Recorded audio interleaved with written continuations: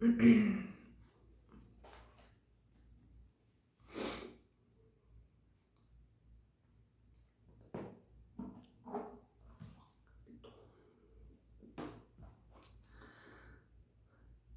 pessoal, bom, no nosso devocional de hoje eu quero falar com vocês sobre talvez como muitas vezes a gente não consegue enxergar, né, o nosso...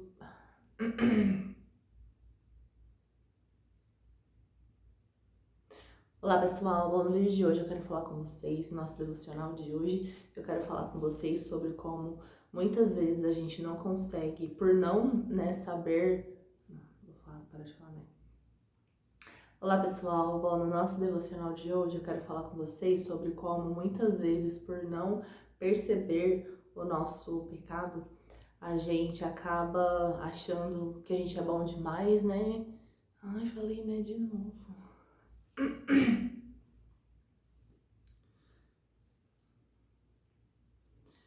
Olá pessoal, bom, no vídeo de hoje eu quero falar com vocês sobre como talvez, muitas vezes, né, pode acontecer de por a gente não reconhecer, não enxergar o nosso pecado, a gente acaba pensando, né, a gente acaba cometendo o erro de pensar que a gente é bom, né, por nós mesmos e a gente acaba se esquecendo, né, de que tudo que se tem, né, alguma coisa de bom na gente, né, que se tem algum resquício de alguma coisa boa da gente, isso não vem de nós, vem de Deus, né? Vem de Jesus Cristo. Então eu quero falar com vocês sobre isso hoje. E para começar eu quero ler 1 João, capítulo 1, versículo 8.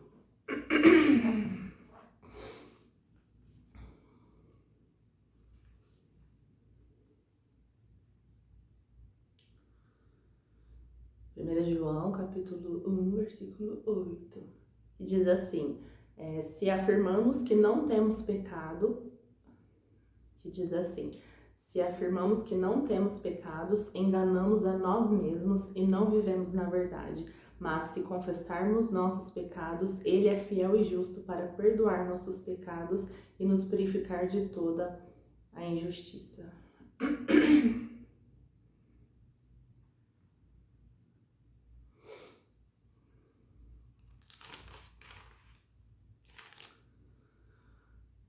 Que diz assim, né? Eu quero ler do versículo 8 até o versículo 10. Aí começa assim no versículo 8. Se afirmamos que não temos pecados, enganamos a nós mesmos e vivemos...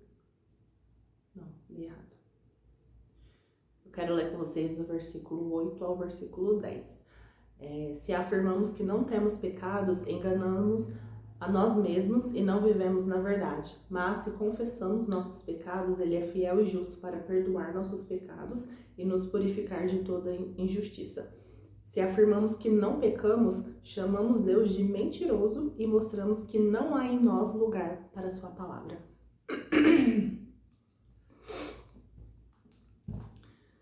Então, para começar, né, aqui ele fala que todo mundo peca, né? Então, se a gente afirma que a gente não tem pecado, se a gente afirma que não, eu tô levando a vida numa boa, né, não tô pecando em nada, a gente tá chamando Deus de mentiroso e falando que não há espaço para ele, né, não há espaço para a palavra dele na nossa vida, né? Então, a palavra de Deus deixa bem claro aqui, né, a Bíblia deixa bem claro que se a gente fala que a gente não tem pecado, a gente já tá pecando, né? Porque a gente já tá mentindo.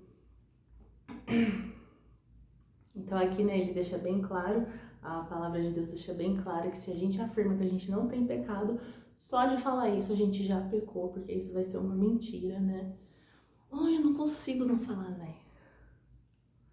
Então aqui, né, ele já deixa bem claro, a palavra de Deus já deixa bem claro que só da gente afirmar que a gente não tem pecado, isso já vai ser um pecado, porque vai ser uma mentira. Então já estamos pecando.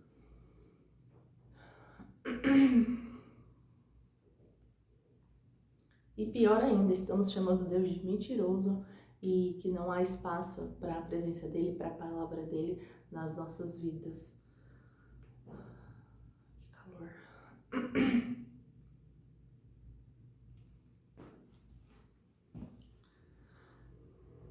E pode ser que talvez você esteja em um nível de intimidade, né, com... Ai, eu não consigo parar de falar, né? E pode ser que você. E pode ser que talvez a gente chegue em um nível de intimidade com Deus que a gente não comete talvez grandes pecados como adultério, prostituição, né, essas coisas assim, mas a gente comete sim pequenos pecados que talvez pecados que a gente nem perceba, como ansiedade. Ansiedade é um pecado, viver ansioso é um pecado, não é uma doença. Ansiedade não é doença, gente, ansiedade é pecado, né? Tem vários versículos na Bíblia, né, várias passagens que Jesus ordena: não andeis ansiosos por coisa alguma. Isso é ordem, né, um mandamento do Senhor Jesus para o seu povo, para que a gente não ande ansioso. Então, quando a gente fica ansioso, a gente está pecando, porque a gente está indo contra aquilo que Jesus ordenou, contra a palavra dele, né? Contra o mandamento dele. Então, só da gente andar ansioso, preocupado com, sei lá, com o amanhã ou com algo que está para acontecer, só da gente sentir essa ansiedade, isso já é um pecado. E quem não sente ansiedade? Direto, né? Direto na vida, vamos dizer assim, normal, sentir ansiedade, né, por conta de várias coisas que acontecem na nossa vida. Então, quando a gente está sentindo ansiedade, como a gente acabou de ler aqui, né, em João, ele fala que se a gente fala que a gente não tem pecado, a gente está pecando, mas se a gente confessa os nossos pecados, ele é fiel para nos perdoar. Então, quando a gente está, né, sofrendo com ansiedade por conta de alguma coisa que vai acontecer, ou enfim, que está acontecendo, ao invés de a gente ficar focando naquela ansiedade, alimentando esse pecado, o que a gente tem que fazer? Chegar com humildade, né, aos pés do Senhor e confessar o nosso pecado. Senhor, eu estou ansiosa, está acontecendo tal coisa e está me deixando aflita, está deixando meu coração aflito, eu estou ansiosa, então guarda meu coração, me perdoa por estar me sentindo assim, porque quando a gente fica ansiosa, por conta do que, não importa o porquê, né, o que seja o motivo que está causando a nossa ansiedade, mas quando a gente fica ansiosa, a gente está ficando preocupada por conta daquilo, isso quer dizer que a gente não confia em Deus.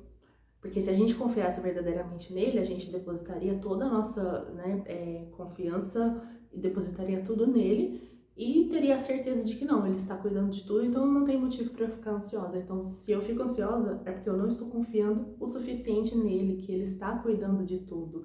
Então, por isso que, né, que a ansiedade é um pecado, porque ela rouba toda a nossa fé em Jesus, né, e que ele realmente está cuidando de nós. Então é pecado, e ao invés de a gente ficar alimentando a ansiedade, a gente tem que confessar e pedir para Deus que Ele nos livre e que Ele nos livre desse sentimento e nos guarde e nos dê força para alimentar a nossa fé e não a ansiedade.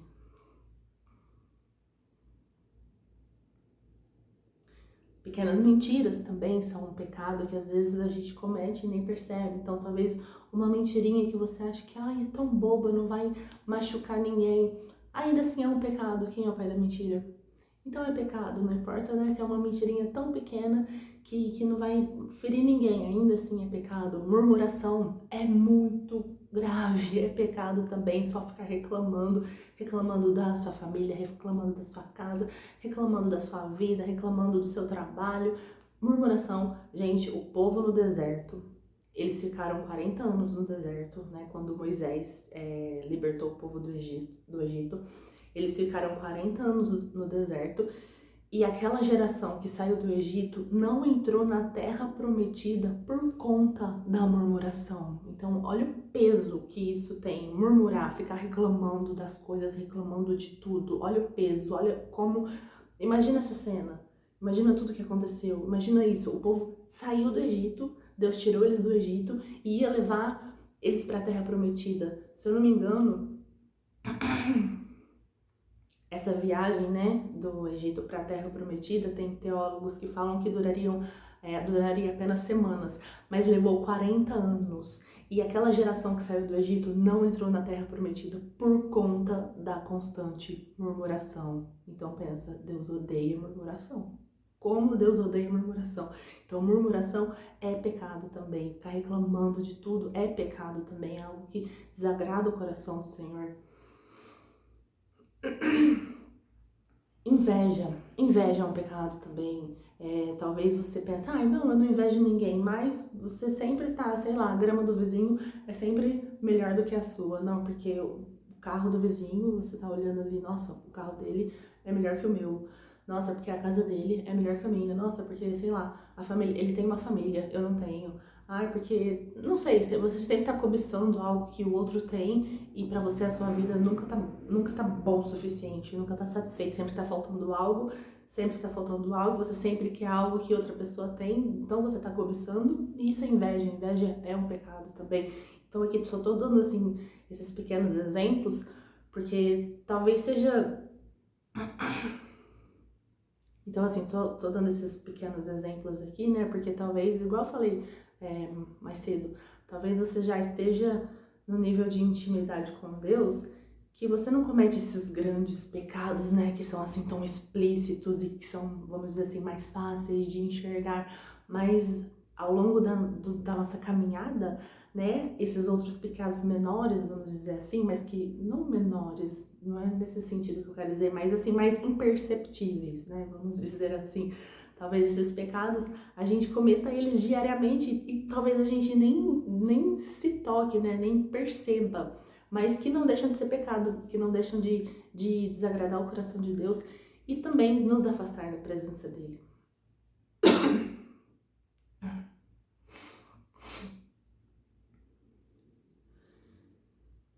E pecado gera mais pecado, né, gente? Então, por mais que, talvez seja algo assim que você pense igual, uma pequena mentirinha aqui, não vai ofender ninguém. Mas se você for deixar, se você, né, for alimentando isso, daqui a pouco você já tá contando uma mentira maior, daqui a pouco você já tá, sei lá, fazendo alguma outra coisa maior e mais terrível, né? Enfim. Tem uma frase do pastor Rodrigo Mocelin, que eu já disse ela algumas vezes aqui, mas eu vou dizer de novo, porque é uma frase assim que faz muito sentido e é assim, enfim, ele fala que pecado que não é seguido de arrependimento é seguido de mais pecado.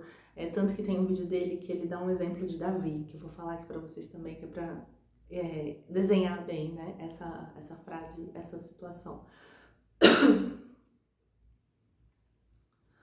Davi, quando foi, né, o pessoal lá, Israel, o exército tava, né, na guerra e tal, ele ficou no palácio lá, no bem bom. Ele viu Batseba, né, pela, sei lá, janela do terraço do palácio, enfim, viu Batseba, foi lá, mandou buscar ela e se deitou com ela, né, adulterou. Pegou a mulher, né, de Urias, o Hitita, isso, e adulterou, né, com ela. Aí Davi cometeu um adultério. Ao invés dele se arrepender, o que ele fez? Não, ele pegou, foi lá, mandou chamar o marido dela da guerra. O cara veio e aí ele embebedou o cara e falou pro cara, vai lá, né, e passa a noite com a sua mulher, não precisa voltar lá pra guerra não. Por quê? Porque ele imaginou, né, se ela estiver grávida, o marido dela vai lá, passa a noite com ela, aí eu pego, né, o filho vai ser dele. Eu vou estar assim, de boa, né, não vou ser acusado de nada, eu vou ser inocente perante ao povo aqui, somente perante ao povo, né, porque Deus sabia. Mas perante o povo aqui eu vou ser inocente. Então, primeiro ele adulterou, ele não se arrependeu. O que ele fez? Pecou de novo, mentiu. Aí, só que Urias não, né, falou, não, cara, o exército tá na guerra, eu não vou ficar lá, passar a noite no bem bom com a minha mulher. Então Urias não foi, né, passar a noite com a esposa dele. E aí, o que Davi fez? Quando descobriu, né, que ele não tinha ido, chamou Joabe, se eu não me engano, Joabe, e que era o líder lá, né, do exército, o chefe lá. E aí montou toda uma estratégia para matar Urias, para matar o marido de Batseba. Então, mais uma vez, ao invés dele se arrepender do pecado dele, o que ele fez? Não, foi lá e pecou de novo, cometendo assassinato. Então, é isso, né? Essa história de Davi, o que aconteceu com Davi, exemplifica bem, né? Essa frase do pastor Rodrigo Mussolini, né? Que pecado que não é seguido de arrependimento gera mais pecado ainda. E com isso nos afasta cada vez mais da presença de Deus, né? Então, isso é muito... E tudo isso, né? E tudo isso nos afasta da presença de Deus. Tem uma história também que eu ouvi uma moça contando no Instagram essa semana, não me lembro o nome da moça, foi em uma página cristã, mas ela estava contando uma história sobre a ovelha no pasto. Porque a ovelha, quando ela tá lá, né, no pasto, tal, a grama verdinha, né, as árvores todas verdes, tal, aí você olha a ovelha e pensa, nossa, como essa ovelha é branca.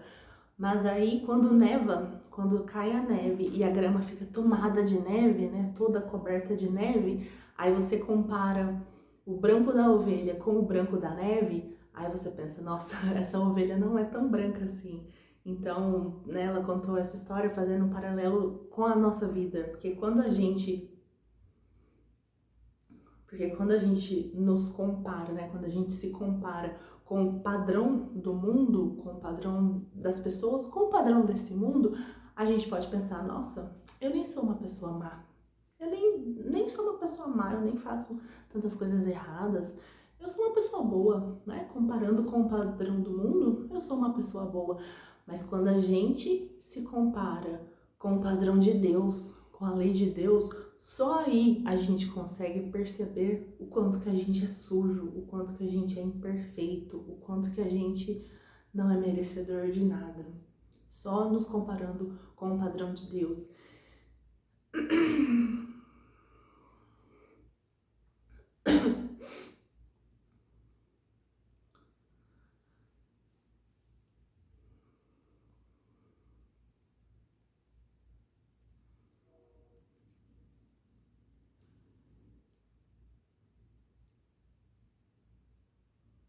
E a gente só consegue, né?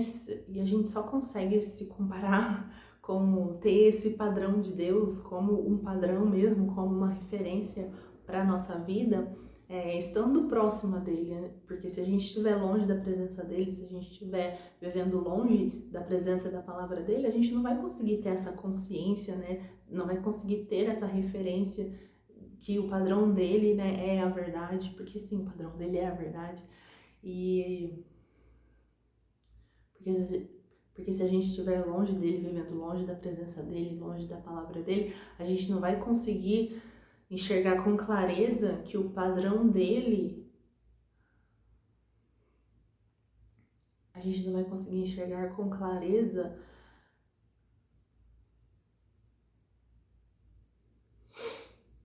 a gente não vai conseguir enxergar a verdade, não vai conseguir enxergar que o padrão dele é o que deve ser a nossa referência, porque a gente vai estar no escuro, vivendo, como fala, vendados. A verdade vai estar mascarada, a gente não vai conseguir enxergar a verdade, então a gente vai viver cada vez mais no escuro, cada vez mais longe da presença dele, cada vez mais achando que, só porque eu não faço isso ou aquilo que as pessoas fazem, então eu sou uma pessoa boa.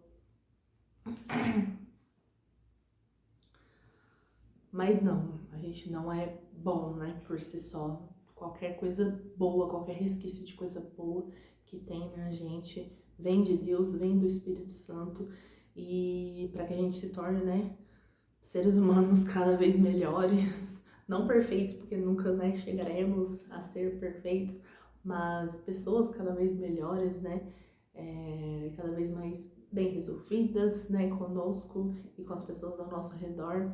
Para isso a gente precisa sim seguir o padrão dele, ter como referência, né, o padrão dele, que é a verdade. Que a palavra de Deus também fala, né, conforme a luz, né, a luz, conforme a gente vai sendo expostos à luz, aí a gente consegue enxergar tudo aquilo de sujo, tudo aquilo de ruim que tem dentro de nós.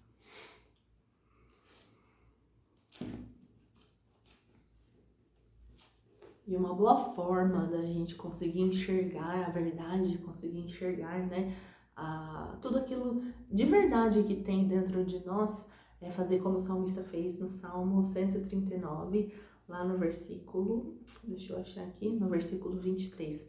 Ele fala assim: examina-me, ó Deus, e conhece meu coração, prova-me e vê meus pensamentos, mostra-me se há em mim algo que te ofende e conduze-me pelo caminho eterno. Então aqui ele pede, né, o salmista pede para Deus examinar o coração dele e mostrar para ele tudo que tem ali no coração dele, né? Mostrar para ele, vem em mim, Senhor, vê, o Senhor conhece o meu coração.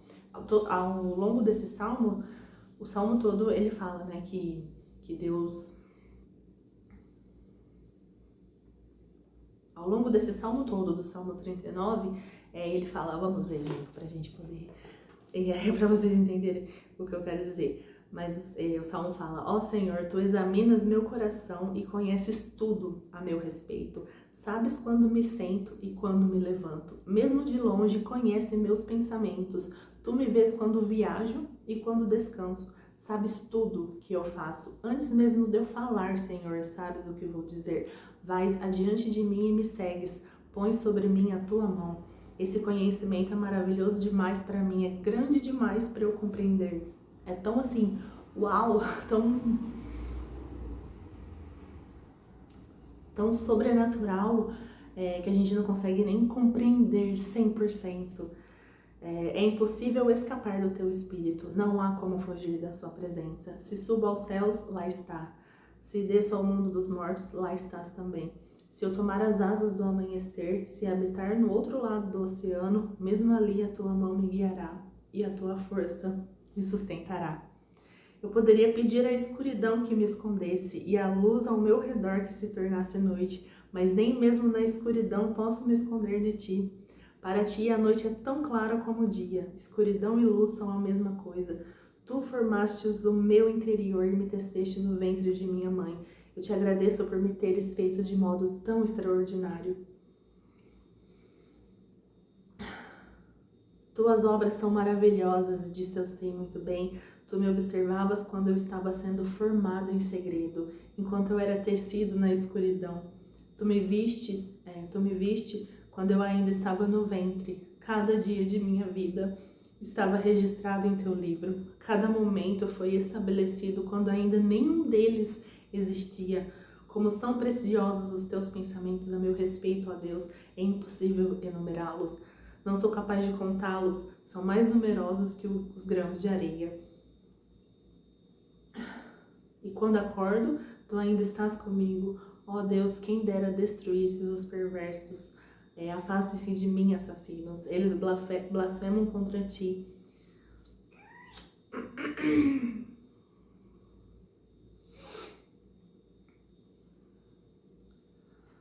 Aí no finalzinho ele fala, né? Examina-me, ó Deus, e conhece meu coração. Prova-me e vê meus pensamentos. Mostra-me se há em mim algo que te ofende e conduze-me pelo caminho eterno.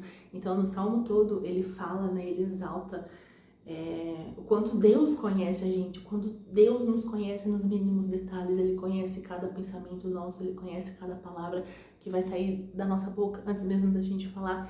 Ele conhece o nosso coração. Ele nos conhece nos mínimos detalhes e não há lugar na terra que a gente possa ir que ele não possa nos ver. Não há lugar na terra, a escuridão, né? Ele fala que a escuridão para Deus é tão clara quanto o dia. Então, assim, não tem lugar, não tem como nos esconder de Deus, não tem como esconder tudo aquilo que está aqui dentro dele, não tem como, porque ele conhece, ele sabe. Então, por mais que às vezes a gente esconda nossos pensamentos e sentimentos de nós mesmos, né? A gente finge que, não, né? Tenta enterrar muita coisa dentro da gente, não tem como esconder dele. Ele sabe de tudo, né? Então, um bom exemplo, né? Uma ótima forma de trazer tudo isso que tá aqui dentro à tona é fazendo essa oração, né? Assim como o salmista faz, pedindo para Deus, me examina, esquadrinha meu coração, vê se há em mim algum caminho mau, se tiver algum pecado escondido aqui dentro, me mostra, Senhor, traz a luz para que eu possa enxergar, para que eu possa saber de fato, né, ter consciência das minhas ações, das minhas atitudes, dos meus sentimentos. Então, fazer essa oração sincera de realmente pedir para Deus mostrar tudo que tá aqui dentro pra você, né? Porque ele já conhece, mas às vezes a gente não sabe, né? Às vezes a gente tá cometendo pecados que a gente não tá assim claros pra nós, né? Que estão ali escondidos no nosso coração. Então acho que essa é uma oração muito importante de se fazer, de pedir pra Deus colocar a luz, né? Trazer à tona tudo aquilo que está aqui dentro e realmente mostrar, né, pra gente quando a gente tem, né, e se a gente tem algum pecado escondido no nosso coração, para que isso não nos afaste da presença dele nunca.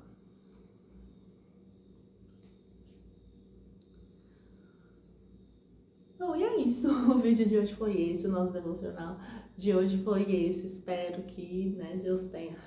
Bom, e é isso, o vídeo de hoje foi esse, nosso devocional de hoje foi esse. Espero que o Espírito Santo tenha falado ao seu coração, espero que possa ter agregado alguma coisa na sua vida. Fiquem com Deus e a gente se vê nos próximos. Tchau!